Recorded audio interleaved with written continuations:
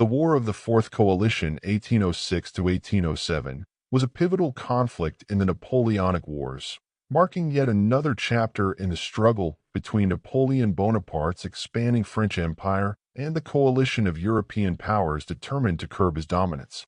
This coalition, the fourth in a series of alliances, consisted primarily of Prussia, Russia, Saxony, Sweden, and Great Britain, who united in their opposition to Napoleon's aggressive expansionism and the threat it posed to the balance of power in Europe.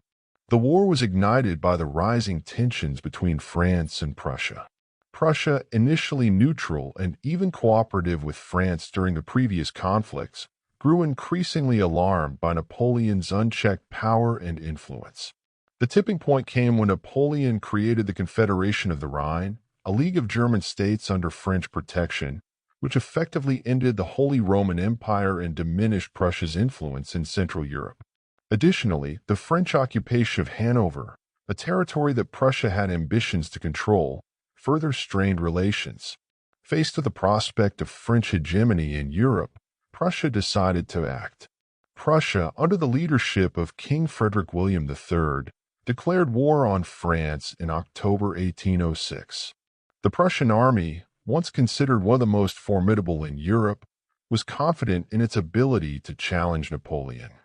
However, the Prussian military had not adapted to the new realities of warfare brought about by the Revolutionary and Napoleonic Wars.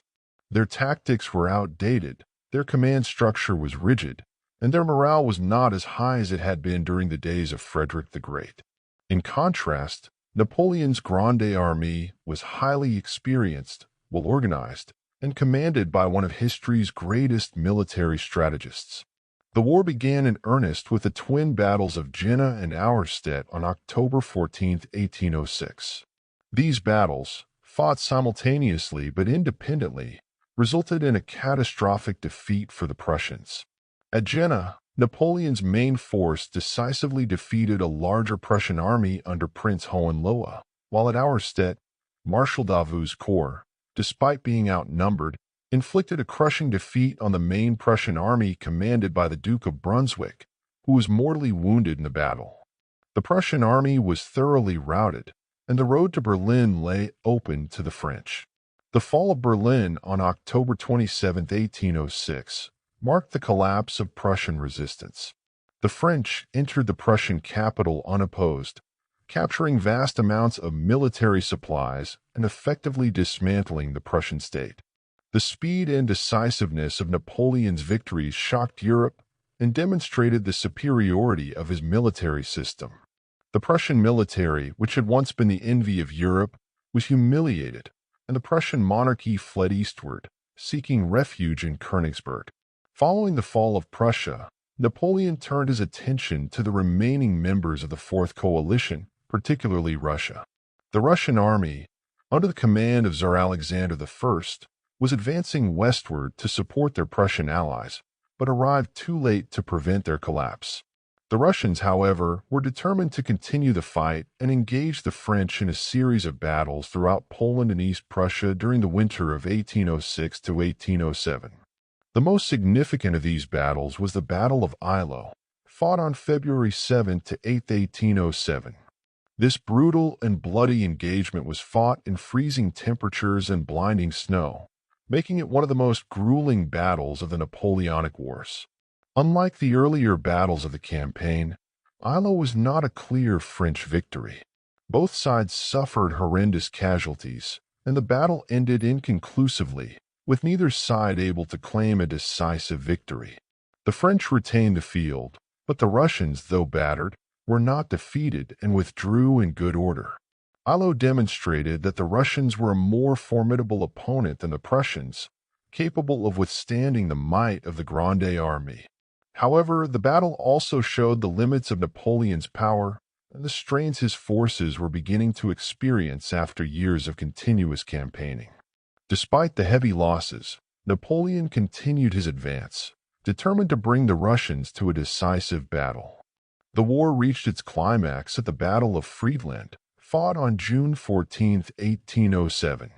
Napoleon, seizing the opportunity presented by the dispersal of the Russian forces, concentrated his troops and attacked the Russian army under General Bennigsen.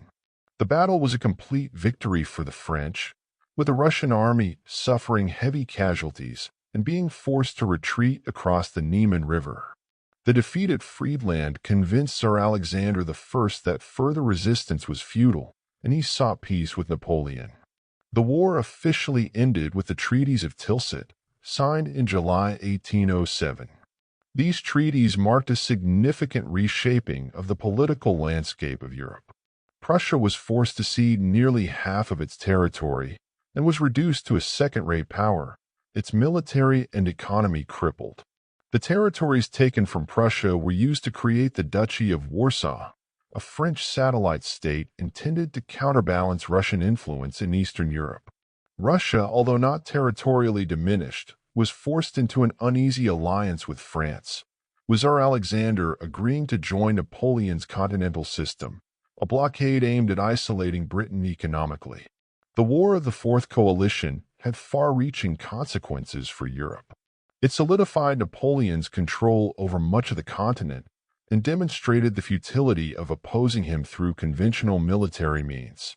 The crushing of Prussia and the humiliation of Russia underscored the dominance of the French Empire and the skill of Napoleon as a military commander.